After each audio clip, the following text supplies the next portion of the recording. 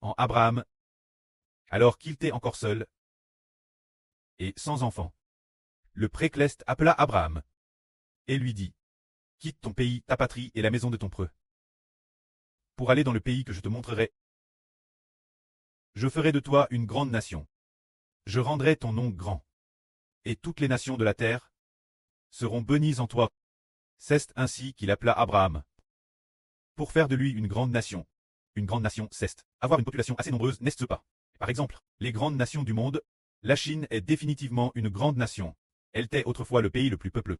Et maintenant, l'Inde est devenue le pays le plus peupleux. Une grande nation, c'est soit avoir une population assez nombreuse, soit avoir un territoire assez vaste. Et qu'en est-il par la suite? Cette alliance est revenue Israël. Plus tard, cette alliance est revenue Jacob. Ensuite, Jacob avait déjà 12 fils et de nombreux descendants. Il avait DJ 70 descendants. 70, c'est aussi considéré comme TRS petit et TRS peu. Cette époque, Jacob avait DJ 130 ans. Dieu dit Jacob. Jacob, Jacob. Ne crains point de descendre en Égypte, car je te ferai devenir une grande nation en Égypte. Et en effet, par la suite, les descendants de Jacob se multiplièrent en Égypte, devenant réellement plus nombreux que les Égyptiens. Cette époque, pour ainsi dire, avoir une telle population, DJ considère comme une grande nation, parce que ce moment-tel, cette époque, le territoire de chaque pays était plus restreint. La superficie des terres était petite. Par exemple, sur la terre de Hualcia, il y avait peut-être des dizaines de petits pays, et maintenant, ces dizaines de petits pays se sont unis en une grande nation. Appelle la Chine, c'est pour cette raison. Ainsi, les descendants de Jacob se multiplierent en Égypte pour devenir une grande nation. Plus tard, Mose, un descendant de Jacob, cet homme nommé Mose, a fait sortir cette immense nation d'Égypte pour faire alliance au mont Sina.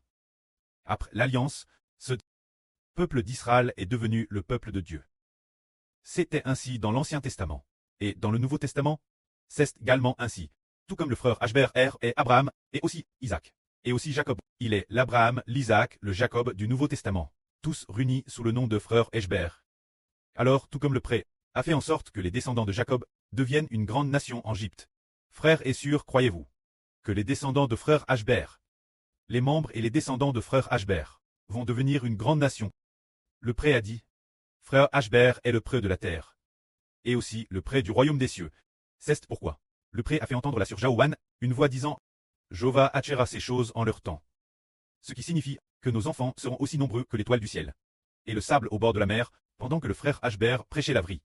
La sur Jaouan a entendu une voix dire, Jova achètera ces choses en son temps.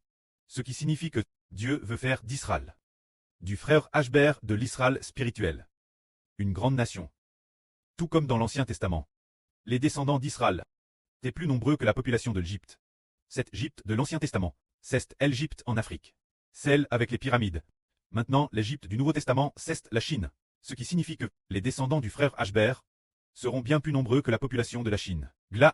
Parce que ces descendants, ce ne sont pas seulement des Chinois devenant des frères des Ashber, devenant des descendants en croyant l'évangile des Ashber, mais aussi, cela inclura également des pays étrangers, des personnes de toute nation et de tout peuple, qui, par la foi en l'évangile, deviendront les descendants des Ashber.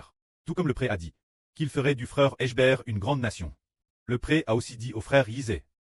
Notre Seigneur a dit au frère Yisé, la période d'explosion de l'évangile arrivera dans quelques mois, ce qui signifie que, par la suite, les enfants de l'Israël spirituel se multiplieront. Dans environ 10 ans, il y aura plus de 2 milliards de personnes, devenant ainsi une immense nation. Alors plus de 2 milliards de personnes. C'est comparable, l'ancien peuple d'Israël de l'Ancien Testament, qui comptait 600 personnes en Égypte. Cette époque, 600 personnes. Eh bien, cela équivaut aujourd'hui plus de 2 milliards de personnes. Après avoir eu autant de personnes. Ensuite, le rôle du frère Ashber ne sera pas seulement Israël, mais il deviendra aussi le Mose du Nouveau Testament, pour conduire cette nation faire alliance et revenir au précleste, tout comme Mose dans l'Ancien Testament a fait alliance pour que la nation d'Israël soit sous le nom du preux. Le frère Ashber fait également alliance pour que la nation du frère Ashber soit sous le nom du précleste et du Seigneur, pour devenir une grande nation appartenant à Dieu et au Christ. Alors, une fois l'alliance conclue, eh bien, puisqu'elle appartient à Dieu et au Christ, alors toutes les nations et tous les peuples ne pourront pas vaincre la nation d'Israël, car elle ne sera plus la propre nation d'Israël, mais elle deviendra le royaume de Dieu et du Christ, et aussi la nation d'Israël. Ainsi, nous deviendrons un royaume éternel. Que la gloire soit rendue auprès. Amen.